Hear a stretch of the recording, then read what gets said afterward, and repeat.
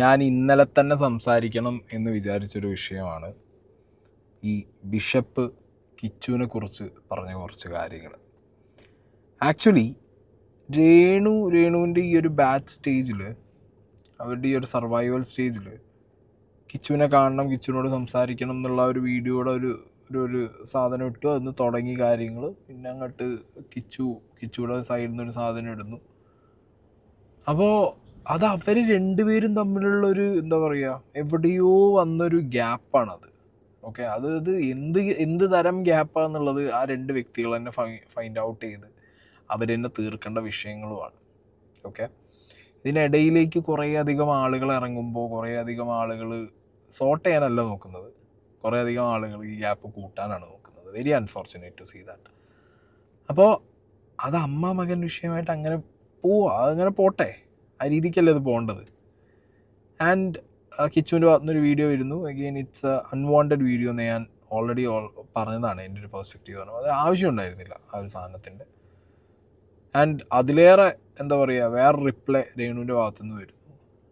Again അതൊരു loop പോലെ continue ആവും എന്നുള്ളത് ഓൾമോസ്റ്റ് ഉറപ്പാണ്. കാരണം ഈ കോണ്ടൻറ്റിന് വളരെയധികം മോണിറ്ററി വാല്യൂ ഉള്ളതുകൊണ്ട്, മോണിറ്ററി ബെനിഫിറ്റ് ഒരുപാട് ഉണ്ടാക്കാൻ പറ്റുന്ന RPM കൂടിയൊരു സാധനമായതുകൊണ്ട് തന്നെ അതിങ്ങനെ ലൂപ്പ് പോലെ കിടന്ന് കറങ്ങും. ഈ ഒരു സാധനത്തിൻ്റെ മുകളിൽ ഈ കിച്ചു രേണു ആ ഒരു ക്ലാഷിൻ്റെ മുകളിൽ തന്നെ അത്യാവശ്യം രേണുവിൻ്റെ രോഗത്തിനെ സംശയിക്കുന്ന രീതിയിൽ വരെയുള്ള കോണ്ടൻറ്റുകൾ ഇറങ്ങി തുടങ്ങി ഇവിടെ. ഓക്കെ, അതിൻ്റെ ചർച്ചകൾ വരെ ഭയങ്കരമായിട്ട് നടന്നു. അതൊക്കെ അവിടെ നിൽക്കട്ടെ. ഇപ്പോൾ ഈ ബിഷപ്പ് വന്നിട്ട് കിച്ചുവിനെതിരെ കുറച്ച് എന്താ പറയുക, പറയാമെന്ന് കേട്ടിട്ടില്ലേ, ഒരു ഭീഷണിയുടെ സ്വരം. അൺവാണ്ടഡ് അല്ലേ എഗെയിൻ? ലൈക്ക് ഇതിൻ്റെ ഒരു നെഗറ്റീവ് ഇമ്പാക്റ്റ് ആരിലേക്കാണ് പോകുന്നത്? ഇത് ഡയറക്റ്റ്ലി രേണുവിലേക്ക് തന്നെയാണ് വീണ്ടും കുറേ ഹെയ്റ്റും കുറേ അൺവാണ്ടഡ് ആയിട്ടുള്ള കാര്യങ്ങളും കയറിപ്പോകുന്നത്. ഇവരാരും ഇത് മനസ്സിലാക്കുന്നില്ലേ എന്നുള്ളതാണ് ഞാൻ ചിന്തിച്ചത്. എന്തിന് ഞാൻ എഗെയിൻ പറയുന്നു, കിച്ചുവും രേണുവും തമ്മിൽ എന്തെങ്കിലും സീൻ ഉണ്ടെങ്കിൽ അത് അവർ തമ്മിൽ അങ്ങോട്ടും ഇങ്ങോട്ടും ഒരു വീഡിയോ ഇട്ട് തീർന്നു, കഴിഞ്ഞു, ദാറ്റ്സ് ഇറ്റ്. അതിന് പുറമെ ഇങ്ങേര് വന്നിരുന്ന് പറഞ്ഞ കുറച്ച് ആദ്യം തന്നെ ഇങ്ങേരുടെ ഇൻ്റർവ്യൂവിൻ്റെ ഒരു പോർഷനിൽ ഒരു പെർട്ടിക്കുലർ പീസ് ഞാൻ കട്ട് ചെയ്തെടുത്തത്, അത് പ്ലേ ചെയ്തേ പറ്റും. അത് പ്ലേ ചെയ്തിട്ട് ഇയാൾ പറഞ്ഞ ബാക്കി കാര്യങ്ങൾ പറയാൻ പറ്റും. കാരണം ഈ പോർഷൻ ഇങ്ങേര് തന്നെ കാണണം. ഓക്കെ, എന്നിട്ട് ഇങ്ങേര് ബാക്കി പറഞ്ഞതിനെ കുറിച്ച് ചിന്തിക്കും വേണം. അത് ക്ഷമിക്കാനും വഹിക്കാനും ഉള്ള ഒരു കഴിവുണ്ടെങ്കിൽ അവനൊരു മനുഷ്യനാണ്. അപ്പം ജീവിതത്തിലുള്ള പരസ്പരം വന്നു പോയിരിക്കുന്ന വീഴ്ചകൾ തീർച്ചയായിട്ടും ക്ഷമിച്ചും വഹിച്ചും മുൻപോട്ട് പോവുകയും, മാത്രമല്ല നമ്മൾ ചെളി വാരി പരസ്പരം എറിയുന്നത് കൊണ്ട് എന്ത് നേട്ടമാണുള്ളത്? അതുകൊണ്ടൊന്നും ഒരു പ്രയോജനം ഉണ്ടാകാൻ പോകുന്നില്ല. ഇത് രേണുവും ഈ ബിഷപ്പും തമ്മിൽ പണ്ട് കുറച്ച് സീനുകൾ ഉണ്ടായിട്ടുണ്ട്. ആ സീനിൽ ഈ ബിഷപ്പ് രേണുവിനെയും പറഞ്ഞിട്ടുണ്ട്, രേണു ബിഷപ്പിനെയും പറഞ്ഞിട്ടുണ്ട്. അത് ആ ഒരു പാസ്റ്റ് ഉണ്ട് അവിടെ. അപ്പം അതിൽ നിന്നൊക്കെ മാറി ഇപ്പം എങ്ങനെയാണ് ഈ രോഗാവസ്ഥയുടെ ഒരു സിറ്റുവേഷൻ വന്നപ്പോൾ എന്നുള്ളൊരു ചോദ്യത്തിന് പറഞ്ഞതാണ്, മനുഷ്യനാണെന്നുണ്ടെങ്കിൽ ഇങ്ങനെ എന്ത് ചെയ്യണം, അങ്ങോട്ടും ഇങ്ങോട്ടും ചെളിവാരി അറിയരുത്, കുറ്റപ്പെടുത്തരുത്, അല്ലെങ്കിൽ മാനസാന്തരപ്പെടണം, അല്ലെങ്കിൽ ചേർത്ത് പിടിക്കണം. അങ്ങനത്തെ കുറേ നന്മ നിറഞ്ഞ കാര്യങ്ങൾ ഒക്കെയാണ് മൂപ്പര് ഈ രേണുവായിട്ട് ഇപ്പോൾ ഈ ഒരു രോഗാവസ്ഥയിൽ രേണുവിന് വേണ്ടി പ്രാർത്ഥിക്കാൻ വേണ്ടി വീട്ടിലേക്ക് പോകുന്നു. അപ്പോൾ അങ്ങനത്തെ ഈ ഒരു ഇതെങ്ങനെയാണ് അല്ലെങ്കിൽ ഒരു മനുഷ്യൻ എങ്ങനെ ആവണ്ടേ എന്നുള്ളതൊരു വൈദികൻ എന്നുള്ള നിലയ്ക്ക് ഇദ്ദേഹം പറയാണ്. ഇത് ഈ ഇൻ്റർവ്യൂവിൽ പറഞ്ഞൊരു മനുഷ്യനാണ് സ്വിച്ച് ഇട്ട പോലെ ഫ്ലിപ്പായിട്ട് ഇനിയുള്ള കാര്യങ്ങൾ പറയുന്നത്. അതായത് കിച്ചുവിന് ഒരു തരം ത്രട്ടനിങ്. ഞാൻ ഒരു കാര്യം പറയാം, രേണുവിനാണെങ്കിലും കിച്ചുവിനാണെന്നുണ്ടെങ്കിലും മുന്നോട്ട് ജീവിതമുണ്ട് ഡെഫിനറ്റ്ലി. ഓക്കെ, ഇപ്പോൾ കിച്ചു എന്ന് പറഞ്ഞ അത് ചെറിയ പയ്യനാണ്, അവന് ഇനിയും ഈ പറഞ്ഞ ലോകം കാണാനുണ്ട്. ചിലപ്പോൾ വളർന്നു വന്ന സാഹചര്യത്തിൽ ആ പയ്യൻ തന്നെ ഓൾറെഡി പറഞ്ഞതാണ് എന്ത്, അവൻ്റെ പാസ്റ്റ് ലൈഫിനകത്ത് അവന് പല ഡാർക്ക് സൈഡുകളും ഉണ്ടായിട്ടുണ്ട് എന്നുള്ളത്. ആ ഡാർക്ക് സൈഡുകൾ അവനെ ത്രട്ടൻ ചെയ്യാനും അവനെ ഭീഷണിപ്പെടുത്താനുള്ള ഒരു സാധനമാക്കി എടുത്തു കഴിഞ്ഞാൽ അത് ആക്സെപ്റ്റ് ചെയ്യാൻ പറ്റില്ല. മനസ്സിലായോ? അവൻ്റെ പാരൻസിന് ഒരു പക്ഷേ അതും പബ്ലിക്കിൽ പറഞ്ഞ് ഇതാക്കേണ്ട കാര്യമില്ല. ബട്ട് സ്റ്റിൽ പാരൻസിനോ അല്ലെങ്കിൽ ബാക്കിയുള്ളവർക്കോ വേണമെങ്കിൽ അവനെ താക്കീത് ചെയ്യാം. അതും അവൻ ആ ബാഡ് വേയിൽ ഇപ്പോഴും പോകുന്നുണ്ടെന്നുണ്ടെങ്കിൽ. അല്ലാത്തടത്തോളം പഴയ സാധനങ്ങൾ കുത്തിപ്പൊക്കി അവനെ ഭീഷണിപ്പെടുത്തേണ്ട കാര്യമില്ല. അതും അവനാകെ ഈ വ്യക്തിയായിട്ടുള്ള ബന്ധം എന്ന് പറഞ്ഞാൽ അച്ഛൻ മരിച്ച സമയത്ത് ആ 2 മക്കൾക്ക് വീട് വെക്കാൻ വേണ്ടി സ്ഥലം കൊടുത്തു. അവൻ ആ വീട്ടിൽ നിൽക്കുന്നുമില്ല. ഓക്കെ, അവൻ ആ വീട്ടിൽ നിൽക്കുന്നുമില്ല. അപ്പോൾ ഒരു പക്ഷേ ഇതൊക്കെ മുൻകൂട്ടി കണ്ടുകൊണ്ടാണോ എന്നറിയില്ലല്ലോ അവൻ കഥ മാറിപ്പോയത്. എന്താണെങ്കിലും അങ്ങനെ നന്മ ചെയ്യണം മനുഷ്യനെ മനുഷ്യനായിട്ട് കാണണം. തെറ്റുകുറ്റങ്ങളുണ്ടെങ്കിൽ പുറത്തു കൊടുക്കാൻ പറ്റണം. ഒരു പ്രശ്നം വന്ന സമയത്ത് ചേർത്ത് പിടിക്കുന്നതാണ് മനുഷ്യത്വം എന്നൊക്കെ പറഞ്ഞൊരു മനുഷ്യൻ ഇനി പറയുന്നത് കേട്ടോ. ഈ രാഹുൽ ദാസ്, ഞാൻ കിച്ചു എന്ന് വിളിക്കാൻ ആഗ്രഹിക്കുന്നില്ല. എൻ്റെ കയ്യിൽ അവരുടെ സർട്ടിഫിക്കറ്റ് ഒക്കെ ഇവിടെ ഇരിക്കുന്ന സർട്ടിഫിക്കറ്റിനകത്ത് രാഹുൽ ദാസ് എന്നാണ് അദ്ദേഹത്തിന്റെ പേര്. ഈ രാഹുൽ ദാസ് എന്ന് പറയുന്ന വ്യക്തിയോട് എനിക്ക് പറയുവാനുള്ളത്, നീ സഹായിക്കണമെന്ന് ഞാൻ നിന്നോട് ആവശ്യപ്പെടുന്നില്ല. നീ സഹായിക്കണ്ട. അനേകർ നിന്നെ സഹായിച്ചാൽ നീ തരത്തിലൊക്കെ എത്തിയിരിക്കുന്നത്. അതുകൊണ്ട് ദൈവത്തെ വിളിച്ച് ശാന്തമായിട്ട് നീ ജീവിക്കാനാണ് എനിക്ക് നിന്നോട് പറയാനായിട്ടുള്ളത്. അത് പറയാനുള്ള അതോറിറ്റി എനിക്കുണ്ട്. മാടപ്പള്ളിയിലോ പ്ലാന്തോട്ടത്തിലോ അഹങ്കാരം കാണിക്കാൻ വരികയും ചെയ്യണ്ട. അതുകൂടെ എനിക്ക് പറയാനുണ്ട്. കാരണം ഈ വസ്തുവിന് ഉടമസ്ഥൻ ഞാനായിട്ടാണ് ഇവിടെ ജീവിക്കുന്നു. ഇവിടെ വന്ന് ബഹളം എടുക്കാനോ ശല്യം എടുക്കാനോ ഒന്നും വരണ്ട. രേണുസുതി ഒരു രോഗിയാണ്. ഇവിടെ വന്ന് അങ്ങനെ എന്തെങ്കിലും ഇനി ആ പെൺകുട്ടിയെ ആക്ഷേപിക്കുന്ന വീഡിയോ പുള്ളിക്കാരൻ ഇടുവാണെങ്കിൽ നിയമ നടപടികളുമായിട്ട് ഞങ്ങൾ മുന്നോട്ട് പോകാൻ തന്നെയാണ് തീരുമാനിക്കുന്നത്. എൻ്റെ കൂടെ ഒരു തീരുമാനമാണ്. ആർക്കാണ് ഈ പറഞ്ഞ കാര്യങ്ങൾ കൊണ്ട് പണി കിട്ടാൻ പോണത്? ഡെഫിനറ്റ്ലി രേണുവിനാണ്. രേണു കൊട്ടേഷൻ ആളിറക്കി, രേണു പറഞ്ഞിട്ട് അച്ഛൻ പറഞ്ഞു, ഇങ്ങനെയൊക്കെ പല വേർഷൻസും ഇതിനകത്ത് നിന്ന് പല നെറേറ്റീവ്സും പലരും കൊണ്ടുവരും ഇല്ലേ. അതിനുള്ള ചാൻസുകളില്ല. ഇപ്പം തന്നെ ഇല്ലേ, നിങ്ങൾ നോക്ക്, കമൻറ്റ് ബോക്സിനകത്താണെങ്കിലും ബാക്കി കണ്ടന്റുകളുടെ തമ്മിലാണെങ്കിലും നിങ്ങളൊന്ന് ശ്രദ്ധിച്ചാൽ മതിയാവും നിങ്ങൾക്ക്. അപ്പോൾ അത് അങ്ങനത്തെ ഒരു രേണുവിലേക്ക് ടാർഗറ്റ് ചെയ്യേണ്ട കാര്യങ്ങൾ അങ്ങനെ അങ്ങോട്ട് ആവട്ടെ എന്നൊന്നും വിചാരിച്ച് ചെയ്തായിരിക്കണം എന്നില്ല ഇയാൾ. ബട്ട് സ്റ്റിൽ സോഷ്യൽ മീഡിയയിൽ മുന്നിൽ വന്ന് എന്ത് പറയണം പറയണ്ടെന്നുള്ളത് അറിയാത്തത് കൊണ്ടാണോ? അങ്ങനെ വരാൻ ചാൻസും ഇല്ല. കാരണം ഇദ്ദേഹം കുറച്ചധികം കാലം എയറിലായിരുന്നു. രേണുവായിട്ടുള്ള പ്രശ്നങ്ങളുള്ള സമയത്ത് മീഡിയാസിനെ അഡ്രസ്സ് ചെയ്ത് ഫേസ് ചെയ്തൊരു വ്യക്തിയാണ്. അപ്പോൾ ഒട്ടും മീഡിയനെ അങ്ങോട്ട് അറിയാതെയോ കാണാതെയോ ഒരാൾ വിളിച്ച് പറയുന്നതുമല്ല. മനസ്സിലായില്ലേ? അപ്പോൾ ഓക്കെ, ഇപ്പോൾ രേണുവിൻ്റെ രോഗാവസ്ഥ എല്ലാവരും റെസ്പെക്റ്റ് ചെയ്യുന്നുണ്ട്. എല്ലാവർക്കും അവർ തിരിച്ചു വരണമെന്നും അവരത് സർവൈവ് ചെയ്ത് ഹെൽത്തി ആയിട്ടിരിക്കണമെന്നും തന്നെയാണ്. ഓക്കെ, പക്ഷെ അതൊക്കെ പറയുമ്പോഴും അപ്പുറത്തെ സൈഡിൽ രേണുവിൻ്റെ മകൻ തന്നെയല്ലേ. നാളെ ഈ അമ്മയും മകനും ഒന്നാകുമ്പോൾ വീണ്ടും ബാക്കിയുള്ളവരെന്താവും എന്നുള്ളതാണ് ഞാൻ ചിന്തിക്കുന്നത്. എടാ, ഇതൊക്കെ ഒന്നാവും. ഒരു വഴിക്ക് ഒരു ദിവസം ഇവരൊക്കെ എന്ത് പറഞ്ഞാലും അതങ്ങനെ വരൂ.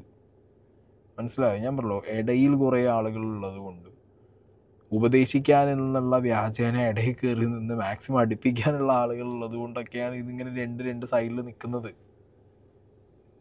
അപ്പോൾ ഈ അച്ഛൻ വന്നിരുന്ന് ഇതേപോലെ ഇതെന്തറിയോ, ഒരു എന്താ പറയുക, ഇൻഡയറക്റ്റ് എന്ന് പറയാനേ പറ്റില്ല, ഡയറക്റ്റ് ത്രട്ടണിങ്ങിൻ്റെ ഏറ്റവും എന്താ പറയുക പീക്ക് സാധനമാണിത്. ഞാൻ കണ്ട ഏറ്റവും പീക്ക് സാധനം.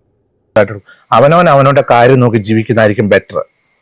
അവൻ്റെ കാര്യം നോക്കി ജീവിക്കട്ടെ. ആ സഹോദരി അവരുടെ കാര്യം നോക്കി ജീവിക്കുന്നുണ്ടല്ലോ. ഇവിടെ അവർക്കൊരു വീട് സ്ഥലവും എല്ലാവരും കൂടെ ചേർന്ന് കൊടുത്തിട്ടുണ്ട്. അതൊക്കെ ഈ നാട്ടുകാർക്ക് അറിയാവുന്ന കാര്യം തന്നെയാണ്. വീഡിയോ ഇടാൻ ആർക്കാ പറ്റാത്തത്? ഈ രാഹുൽ ദാസിന്റെ വിവരങ്ങളെല്ലാം ഈ നാട്ടുകാർക്കെല്ലാം അറിയാവുന്ന. ഞാൻ ഈ നാട്ടിൽ ജീവിക്കുന്ന ആളാ. ഞാൻ വിദേശത്തു നിന്നൊന്നും ഇവിടെ ജീവിക്കുന്ന ആളാ. എന്നോട് നിരവധി പോലീസുകാർ എന്നെ വിളിച്ച പല കാര്യങ്ങൾ എൻക്വയറി ചെയ്തിട്ടുണ്ട്. ആ സമയത്തൊക്കെ രാഹുൽ ദാസിനെ പറ്റി ഞാൻ നല്ല അഭിപ്രായമാണല്ലോ, ഒന്നും അറിയാതെ. ഇപ്പോഴാണല്ലോ വിവരങ്ങൾ ഞാൻ അറിഞ്ഞുകൊണ്ടിരിക്കുന്നത്. രാഹുൽ ദാസ് കൂടുതലൊന്നും നല്ലതാകാൻ ശ്രമിക്കണ്ട. നമുക്കറിയാം കാര്യങ്ങൾ. ആരും നല്ലതാണെന്ന് ശ്രമിക്കേണ്ട. എല്ലാവരും ഒരു വെടിക്കുള്ളത് കയ്യിലുള്ളവരാ. രാഹുൽ ദാസ് ഇത് നിങ്ങൾ കൊടുക്കണം, മാറ്റമൊന്നും ചെയ്യണ്ട. രാഹുൽ ദാസിന്റെ ഒരു വെടിക്കുള്ളതൊക്കെ ഉണ്ട്. അതെന്തൊക്കെയാണെന്ന് എൻ്റെ ലിസ്റ്റ് ഉണ്ട്. പോലീസുകാരുടെ എന്നുള്ള വിവരങ്ങളൊക്കെ എൻ്റെ ഉണ്ട്. ഞാനിവിടെ ജീവിക്കുന്ന ആളാ. ആ വിവരം കൃത്യമായിട്ടും കൊടുത്തേച്ചാൽ മതി. രാഹുൽ ദാസ് പഠിച്ച് നല്ലൊരു ജോലിക്കാരനായി മിടുക്കനായി ജീവിക്കുക. അത് രേണുസുതിയെ കൂടുതൽ അങ്ങ് കുടുംബത്തെ ചവിട്ടി താക്കാൻ ശ്രമിക്കുവാണെങ്കിൽ കൂടെ നിൽക്കാൻ ആൾക്കാരുണ്ട്. ഞാൻ മാത്രമല്ല, ഒരുപാട് പേര് രേണുസുതിയുടെ കുടുംബത്തെ സപ്പോർട്ട് ചെയ്യാനായിട്ടുണ്ട്. രേണുസുധീൻ്റെ കുടുംബത്തിന് രേണുസുധിയൊക്കെ നിങ്ങൾ സപ്പോർട്ട് ചെയ്തോ? നമ്മൾ സപ്പോർട്ട് ചെയ്യും. കാരണം ആ ഒരു അവസ്ഥ അവരത് അങ്ങനെയാണ്. സ്റ്റിൽ എനിക്ക് തോന്നുന്നു ഇപ്പോഴും അവർക്ക് അത്യാവശ്യം എമൗണ്ട് ആവശ്യമുള്ളൊരു ടൈമാണ്. അതൊക്കെ ഉണ്ട്, ഇല്ല എന്ന് പറയുന്നില്ല. പക്ഷേ ഇവിടെ നിങ്ങൾ പറഞ്ഞ കുറച്ച് കാര്യങ്ങളുണ്ടല്ലോ, ഒരു യങ് ആയിട്ടുള്ളൊരു പയ്യൻ്റെ ലൈഫിൽ അവനെ തുറന്നു പറഞ്ഞ കാര്യങ്ങളാണ്. ചെറുപ്പം മുതൽ അമ്മ ഇട്ടിട്ട് പോയി, അച്ഛൻ ഈ പറഞ്ഞ പോലെ പ്രോഗ്രാംസിനും കാര്യത്തിനും പോകുന്നു. അതിനിടയിൽ ഈ ഒരമ്മ, രണ്ടമ്മ, മൂന്നാമത്തെ അമ്മ, അങ്ങനെ കുറേയധികം ട്രോമകളുള്ളൊരു ലൈഫ്, ട്രൊമാറ്റിക് ആയിട്ടുള്ളൊരു ലൈഫ്. അതും എന്താ പറയുക, കുട്ടിക്കാലം ട്രൊമാറ്റിക് ആവുക എന്ന് പറഞ്ഞു കഴിഞ്ഞാൽ ഭയങ്കര സീനുള്ള പരിപാടിയാണ്. അങ്ങനെ വളർന്ന ഒരാൾക്ക് എഗെയിൻ ചിലപ്പോൾ ഈ പറഞ്ഞ പോലെ ഏതെങ്കിലും സാഹചര്യത്തിൽ ലൈഫിൽ ഒന്നിങ്ങനെ ബാക്കിക്ക് ചിന്തിച്ചപ്പോഴോ അല്ലെങ്കിൽ ഇപ്പം നടക്കുന്ന ആക്ടിവിറ്റീസ് കാരണമോ അവൻ ആ ഒരു സംഗതി ചിലപ്പോൾ കിക്ക് ഇൻ ചെയ്തിരിക്കാം. മനസ്സിലായില്ലേ? അതായത് ഈ സ്വന്തം എന്ന് വിചാരിക്കുന്ന ആളുകൾ കാരണം കൂടി ഞാൻ ബ്ലെയിം ചെയ്യേണ്ട ഒരു അവസ്ഥ, ഞാൻ ഉത്തരം പറയേണ്ട ഒരു അവസ്ഥ, ഞാനത് എന്തിനു ചെയ്യണം, എന്തിനു പറയണം, എനിക്ക് സമാധാനം പോയോ എൻ്റെ ലൈഫിൽ എന്നുള്ള തോന്നലുകളിൽ നിന്നൊക്കെ ചിലപ്പോൾ ഒരാൾക്ക് ഒരു അകൽച്ച വരാം വേറൊരു വ്യക്തിയിലോട്. പക്ഷെ അവിടെയും നിങ്ങൾ ഈ പറയുന്നത് എന്താണെന്ന് എനിക്ക് മനസ്സിലാവാത്തത്. ശരിയാണ്, ഒരു വെടിക്കുള്ളതൊക്കെ രേണുവിൻ്റെ കയ്യിലും ഉണ്ടാവും, കിച്ചുവിൻ്റെ കയ്യിലും ഉണ്ടാവും. കാരണം അമ്മയും മകനും അല്ലേടി, എൻഡ് ഓഫ് ദ ഡേ അമ്മയും മകനുമാണ്. രണ്ടുപേർക്കും പരസ്പരമുള്ള നല്ലതും ചീത്തയും ലൈഫിൽ നടന്ന കാര്യങ്ങളൊക്കെ അറിയും. ഓക്കെ, അപ്പം അവിടെ അത് ഓക്കെ, അവിടെ ഒരു വെടിക്കുണ്ടെന്നോ ഇവിടെ ഒരു വെടിക്കുണ്ടെന്നോ നീയാണ്ട് വാ കാണിച്ചു തരാം, ഞങ്ങൾ പോലീസിന് പറഞ്ഞു കൊടുക്കും. അത് ശരി, ഇങ്ങനെയാണോ ചെയ്യേണ്ടത്? ഒരു അച്ഛനായിരുന്നു കൊണ്ട് ഒരു എന്താ പറയുക, സമൂഹത്തിൽ നാലാളെ ഉപദേശിക്കാനുള്ള, ഈ അച്ഛൻ ഉസ്താദ് എന്നൊക്കെ പറഞ്ഞാൽ അങ്ങനെയാണല്ലോ, നാലാളെ വിളിച്ചിരുത്തി ഉപദേശിക്കാനുള്ള ലൈസൻസ് ഇവർക്ക് സൊസൈറ്റിയെ കൊടുത്തിട്ടുണ്ട്. ആ രീതിയിൽ കാര്യങ്ങൾ പറഞ്ഞ് മനസ്സിലാക്കി വിടണ്ടേ? ഇപ്പം ഞാൻ എൻ്റെ ഒരു കണ്ണിലൂടെ നോക്കുമ്പോൾ ഈ വ്യക്തി ചെയ്യേണ്ടിയിരുന്നത് എന്താ, ഒരു kind of mediation.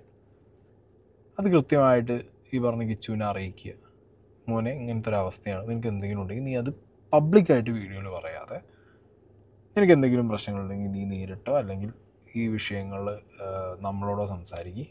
Renu survive ചെയ്ത് വന്നതിന് ശേഷം നമുക്ക് രേണുവിനോട് ഈ കാര്യങ്ങൾ പറഞ്ഞ് ധരിപ്പിക്കാം.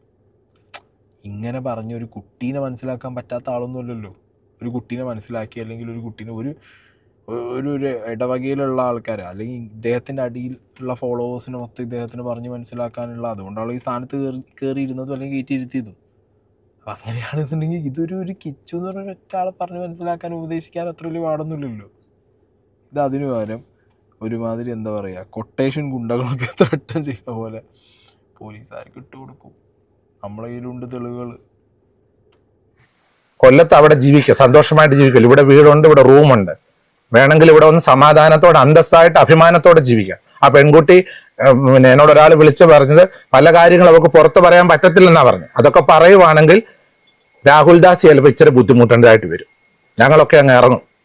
എങ്ങോട്ട് ഇറങ്ങും? നിയമപരമായിട്ട്, ലീഗലി നീങ്ങും. അവന് 22-23 വയസ്സില്ലേ, സ്വന്തം കാര്യം നോക്കി സന്തോഷമായി ജീവിക്കട്ടെ. അത്രേ എനിക്ക് അതിനെപ്പറ്റി പറയാനുള്ളൂ. ചിലപ്പോ പ്രായത്തിന്റെ അല്ല, അഹങ്കാരം. അങ്ങനെ തന്നെ കൊടുത്തോളൂ. അഹങ്കാരമായത് ഈ വീട്ടിൽ വന്ന അഹങ്കാരം കാണിക്കാൻ നോക്കത്തില്ല. കാരണം ഇവിടെ പല നാട്ടുകാരും അത് നാട്ടിലുള്ള ആൾക്കാർ അതിനെപ്പറ്റി ഇപ്പൊ ചർച്ച ചെയ്തോളുണ്ട്, വിവരങ്ങളൊക്കെ ഉണ്ട് നമ്മുടെ കയ്യിൽ. ഞാൻ ഇപ്പോഴാണ് ഇതിനെപ്പറ്റിയൊക്കെ അറിയുന്നത്. ഈ പുള്ളിക്കാരൻ ഇങ്ങനെ പല കാര്യങ്ങളിൽ കേസിൽ പെട്ടെന്നൊക്കെ ഉള്ളവർ ഞാൻ പോലീസുകാർ പറഞ്ഞായിരുന്നു. പക്ഷെ ഇപ്പം ഞാൻ പല കാര്യങ്ങൾ അറിയുന്നുണ്ട്. ഇവിടെ എന്റെ ഈ പുരയിടത്തിനകത്ത് അതൊന്നും നടക്കത്തില്ല. ഇവിടെ നടക്കത്തില്ല, ഒന്നും ശരിയായ പ്രവണതയല്ല. എന്നെ ഇപ്പൊ ഈ വിഷയത്തിൽ എയറിൽ കയറ്റി വിട്ടാലും എനിക്ക് കുഴപ്പമില്ല. പറയുമ്പോൾ എനിക്ക് അതിൻ്റെതായിട്ടുള്ള ബുദ്ധിമുട്ടുണ്ടെന്ന് വിചാരിച്ചു. അങ്ങനെ ഒരു കുടുംബത്തെ ബുദ്ധിമുട്ടിക്കാൻ ഞാൻ സമ്മതിക്കത്തില്ല. അങ്ങനെ പുള്ളിക്കാരനെ സപ്പോർട്ട് ചെയ്തുകൊണ്ട് കാര്യങ്ങൾ ചെയ്യുക, ഇവരെ ചവിട്ടി താഴോട്ട് കൊണ്ട്, അതൊക്കെ എന്തിന്റെ നീതിയാ? അതൊന്നും നീതിയാണെന്ന് എനിക്ക് തോന്നുന്നില്ല. അദ്ദേഹത്തിന് ഇവിടെ ജീവിക്കണമെങ്കിൽ സന്തോഷമായിട്ട് വന്ന് ജീവിക്കുക. അദ്ദേഹത്തിന്റെ വീട് അവിടെ ഉണ്ട്, ആരും പൊളിച്ചു കളഞ്ഞിട്ടില്ല. അദ്ദേഹത്തിന് അവിടെ ബെഡ്റൂം ഉണ്ട്, അതിനകത്ത് വന്ന് സന്തോഷമായിട്ട് താമസിക്കാം. പുള്ളിക്കാരന് വയ്യാതിരിക്കുന്ന ആ സഹോദരിയെ, ആരോഗ്യമില്ലാതെ മരണവും ജീവന്റെ ഇടയിൽ നിൽക്കുന്ന ഒരു സഹോദരിയെ, അവരെ ഇപ്പം ആൾക്കാരുടെ മുമ്പിലേക്ക് ഇങ്ങനെ പിച്ച് ചിന്താനായിട്ട് എറിഞ്ഞു കൊടുത്തിട്ടുണ്ടെങ്കിൽ അദ്ദേഹത്തെ പറ്റിയുള്ള കാര്യം ഞാൻ ഈ നാട്ടുകാരെ കൊണ്ട് വീഡിയോ ഇടിപ്പിക്കും. ശരി, നിങ്ങൾ പറഞ്ഞതുപോലെ ഇനി 10 ആളെയും കൂട്ടി അത് ഇനി കുറേ സീരീസ് ഓഫ് വീഡിയോസ് പോലെ ഇറക്കും വേണോ? എൻ്റെ പൊന്നു വിഷപ്പേ, എന്തിനാണ് ഇതൊക്കെ? ശരി, നിങ്ങൾ ചെയ്തത് നല്ല കാര്യങ്ങൾ തന്നെയാണ്. വീട് വെക്കാൻ വേണ്ടി സ്ഥലം വിട്ടുകൊടുത്തതും, ഇപ്പം നിങ്ങൾ തമ്മിൽ എന്തൊക്കെ പ്രശ്നങ്ങളുണ്ടെങ്കിലും അതൊക്കെ മറന്ന് രോഗാവസ്ഥയിൽ അവർ ശുശ്രൂഷിക്കാൻ വേണ്ടിയിട്ടോ അല്ലെങ്കിൽ അവരുടെ കാര്യങ്ങൾ നോക്കാൻ വേണ്ടിയിട്ടോ ഒരാളായിട്ട് നിൽക്കുന്നതൊക്കെ വളരെ നല്ല കാര്യമാണ്. പക്ഷെ നിങ്ങൾ നാക്കുകൊണ്ട് തന്നെ നിങ്ങൾ പറഞ്ഞ പോലെ എന്തിനാ ഒരാളെ ചവിട്ടിത്താത്തുന്നത്? രണ്ടുപേരും ചവിട്ടിത്താത്തേണ്ട ആവശ്യമില്ല. മനുഷ്യന്മാരാണ്, തെറ്റ് പറ്റാത്ത ആൾക്കാരില്ല. വലിയ തെറ്റും ചെറിയ തെറ്റൊക്കെ ആയിട്ട് ലൈഫിൽ ഇഷ്ടംപോലെ തെറ്റുകൾ പറ്റിയിട്ടും ഉണ്ടാവും. മനസ്സിലായോ? ബാക്കി നോർമൽ ഹ്യൂമൻ ബീങ്സിനെ പോലെയല്ല ഒരു വൈദീഹൻ എന്ന് പറഞ്ഞു കഴിഞ്ഞാൽ നിങ്ങൾക്ക് കുറച്ചും കൂടി എന്തുണ്ട്, എല്ലാം സഹിക്കാനും അല്ലെങ്കിൽ ക്ഷമിക്കാനും ഉള്ളൊരു കപ്പാസിറ്റി കൂടുതലുണ്ടാവും. റോട്ടിൽ കൂടി പോണ ഒരു കള്ളുടിയനെ പോലെ അല്ലല്ലോ ഇപ്പുറത്തൊരു പള്ളിയിലച്ഛൻ, ആണോ? റോട്ടിൽ കൂടി പോണ ഒരു കള്ളുടിയനെ കള്ളുടിയ എന്ന് വിളിച്ചു കഴിഞ്ഞാൽ അയാൾ പ്രൊവോക്ഡായി. പള്ളിയിലച്ഛൻ നോക്കിയിട്ട് അതേപോലെ ആണെങ്കിൽ ഇടാ എന്തെങ്കിലും ഒന്ന് വിളിച്ചു കഴിഞ്ഞാൽ അച്ഛന്മാരൊന്നും തന്നെ പ്രവോക്കാവില്ല. അപ്പം ഇങ്ങനത്തെ ഒരു സാഹചര്യത്തിൽ ദിസ് ഈസ് റിയലി അൺവാണ്ടഡ്. അതും എന്തൊക്കെയാണ് ഇങ്ങനെ പറയുന്നത്. ശരി, ഞാൻ നേരത്തെ പറഞ്ഞല്ലോ, ഒരു രോഷം കൊള്ളുന്ന രീതിയിലുള്ള എന്തെങ്കിലുമൊക്കെ കേട്ട് കാണും ഇങ്ങനെ. ഓക്കെ, അത് കേട്ടിട്ടുണ്ടെങ്കിൽ അല്ലെങ്കിൽ അവൻ തന്നെ അവൻ്റെ ലൈഫ് സ്റ്റോറിയിൽ ഇത് പറഞ്ഞ് തീർത്തു എന്നാണ് കിച്ചു പറഞ്ഞത്. അതായത് വിട്ടു, അത് കഴിഞ്ഞ കാര്യമാണ്. പക്ഷെ അതിനകത്ത് തന്നെ അവൻ ഈ ലഹരിക്ക് ഇതായതൊക്കെ പറയുന്നുണ്ട്. മേ ബി അതൊക്കെ തന്നെ ആയിരിക്കും അവരെ ത്രട്ടനിങ് സാധനങ്ങൾ, മനസ്സിലായില്ല. അല്ലെങ്കിൽ അതിൻ്റെ കേസുകളോ വിഷയങ്ങളൊക്കെ ആയിരിക്കും. ബട്ട് അയാൾ അതിന് സർവൈവ് ചെയ്ത് അതിന് ഫൈറ്റ് ചെയ്ത് റിക്കവറായി പുറത്ത് വന്ന് ഇപ്പോൾ സോഷ്യൽ മീഡിയയിൽ അത്യാവശ്യം കണ്ടൻറ്റൊക്കെ ഇട്ട് അവൻ്റെ ലൈഫായിട്ട് പോകുന്നുണ്ട്. ഓക്കെ, പിന്നെയും ഈ പറഞ്ഞ പോലെ ഇതെന്താ പറയുക, ഇത് ആളുകൾ ഓൾറെഡി ഇത് രണ്ട് ചേരിയിലായിപ്പോയി. ഈ കിച്ചുവും രേണുവും തമ്മിൽ ഒരു രീതിയിലുള്ള കമ്മ്യൂണിക്കേഷനും നടക്കാതിരിക്കുന്നത് എനിക്ക് തോന്നുന്നത് ഇത് രണ്ട് ചേരിയിലുള്ള ആൾക്കാർക്കും ഇവരടിച്ചാൽ മതി എന്നുള്ളത് കൊണ്ടാണെന്ന് വരെ സംശയിച്ചു പോകണേ. അല്ലാതെ എന്ത് പറയാം. ഇപ്പം ഈ അച്ഛൻ വന്നിട്ട് ഈ ഡയലോഗ് നാട്ടുകാരെ കൊണ്ട് വീഡിയോ ചെയ്യിക്കും, ഉള്ള കയ്യിൽ കിട്ടിയതൊക്കെ എടുത്ത് പോലീസിന് കൊടുക്കും. എന്തിന്? ഒരു ചെറിയ പ്രായത്തിലുള്ള ഒരു മോനെ പറഞ്ഞ് മനസ്സിലാക്കുക, അല്ലെങ്കിൽ അവൻ ചെയ്ത കാര്യങ്ങളോ അല്ലെങ്കിൽ അവൻ മിസ്അണ്ടർസ്റ്റാൻഡ് ചെയ്തതോ ഇനി അവൻ അണ്ടർസ്റ്റാൻഡ് ചെയ്തതാണെങ്കിൽ അടക്കം അത് എന്താ എങ്ങനെയാന്നുള്ളത് മനസ്സിലാക്കി ഒരു കുട്ടീനെ കൊണ്ടുനടക്കുക എന്നുള്ള ഒരു സാധനം ഉണ്ടല്ലോ, അത് ചെയ്താൽ മതി. അത്ര തന്നെ കിച്ചുവിൻ്റെ കാര്യത്തിനുള്ളൂ. പറഞ്ഞാൽ മനസ്സിലാകാത്ത ചെക്കനൊന്നുമില്ല കിച്ചു. ഇപ്പോൾ ഞാൻ വിളിച്ച് സംസാരിച്ച സമയത്തൊന്നും വളരെ കൂളാണ്, വളരെ ഓക്കെ ഉള്ളൊരു മനുഷ്യനായിരുന്നു. എനിക്ക് അങ്ങനത്തെ ഒരു കോംപ്ലിക്കേറ്റഡ് പേഴ്സണാലിറ്റി ആയിട്ടൊന്നും എനിക്ക് പേഴ്സണലി അവനോട് സംസാരിച്ച സമയത്തൊന്നും തോന്നിയിട്ടില്ല. പിന്നെ ഞാൻ പറഞ്ഞല്ലോ, എന്തെങ്കിലുമൊക്കെ പേഴ്സണലി മനസ്സിനകത്തുള്ള വിഷമങ്ങളോ അല്ലെങ്കിൽ ട്രോമകളോ ചില സമയങ്ങളിൽ പുറത്ത് ചാടിയതായിരിക്കാം. എന്താണെങ്കിലും അച്ഛനെ പോലുള്ള ആൾക്കാർ ഇതേപോലെ വന്നിരുന്ന് ഇങ്ങനത്തെ കാര്യങ്ങൾ സംസാരിക്കുമ്പോൾ എഗെയിൻ രേണുവിനൊന്ന് കിട്ടിയാൽ ഈ സമയത്താണെങ്കിൽ പോലും കുഴപ്പമില്ല, രോഗത്തിനെ വെച്ചിട്ടാണെങ്കിലും രേണുവിൻ്റെ ബാക്കി അവസ്ഥകളെ വെച്ചിട്ടാണെങ്കിലും എനിക്ക് സീനില്ല, ഞാൻ 10 പറയും. ഇതൊരു ഈ വൈരാഗ്യം മാത്രം കൊണ്ടു നടക്കുന്ന കുറച്ച് ആൾക്കാരുണ്ട്. അവർക്ക് എന്താ പറയുക, രേണുവിനെ വീണ്ടും വലിച്ചിട്ട് കീറാൻ വേണ്ടിയിട്ടുള്ളൊരു അവസരം നിങ്ങളായിട്ട് ഒരുക്കി കൊടുക്കരുത്, നിങ്ങൾ കിച്ചുവിനെ പറഞ്ഞിട്ട്. ഓക്കെ, അത് നല്ല കാര്യമല്ല, നല്ല കാര്യമായിട്ട് എനിക്ക് തോന്നുന്നില്ല. ഞാൻ പേഴ്സണലി ഒരു ഇരിക്കുന്നത് കൊണ്ട് എനിക്ക് പേഴ്സണലി നിങ്ങളോട് പറയാനുള്ളത് അതിന് കുറച്ചൊരു വാല്യൂ, റെസ്പെക്റ്റ്, ഡിഗ്നിറ്റിയൊക്കെ സൊസൈറ്റിയിലുണ്ട്. ഓക്കെ, നിങ്ങൾ ഇരിക്കുന്ന ആ ഒരു പൊസിഷനും അതൊക്കെ പോകുന്ന രീതിയിൽ സോഷ്യൽ മീഡിയയിൽ എന്ത് ഫൈറ്റിനും റെഡി, അല്ലെങ്കിൽ നാട്ടിൽ എന്ത് വിഷയത്തിനൂടെ വാടാ എന്നെ മറ്റേ ഇട്ട് കൊടുക്കുക, ഒരു കുട്ടേഷൻ ഗുണ്ട ലെവലിലേക്ക് ത്രട്ടനിങ് സാധനത്തിലേക്ക് മാറാതിരിക്കുക എന്നുള്ളത് അതൊരു മാന്യതയാണ്. അത് കീപ്പ് ചെയ്യാൻ വേണ്ടി ശ്രമിക്കുക. ഓക്കെ, ആൻഡ് എഗെയിൻ വ്യൂവേഴ്സിനോടാണ് പറയാനുള്ളത്, കിച്ചുവിൻ്റെ സൈഡിൽ കുറേ ആൾക്കാർ, രേണുവിൻ്റെ സൈഡിൽ കുറേ ആൾക്കാർ, ഇവിടെ നിന്ന് അങ്ങോട്ട് കുറേ അവിടെ നിന്ന് ഇങ്ങോട്ട് കുറേ കമൻറ്റ്. ഞാൻ ഇപ്പോഴും പറയുന്നു, രേണുവിൻ്റെ രോഗാവസ്ഥ അത് റെസ്പെക്റ്റ് ചെയ്യുക. ഓക്കെ, അതുപോലെ തന്നെ കിച്ചുവിൻ്റെ ഫ്യൂച്ചറിനെ റെസ്പെക്റ്റ് ചെയ്യുക. അമ്മി മാനുവാണ്, ഒന്നിപ്പിക്കാനുള്ള വഴികൾ എന്തുണ്ടെങ്കിൽ നോക്ക്. തല്ലിപ്പിരിപ്പിച്ചൊരു 2 സൈഡാക്കി കഴിഞ്ഞാണ്ടല്ലോ അത് വേറെ കർമ്മയായിട്ട് തിരിച്ചടിക്കും.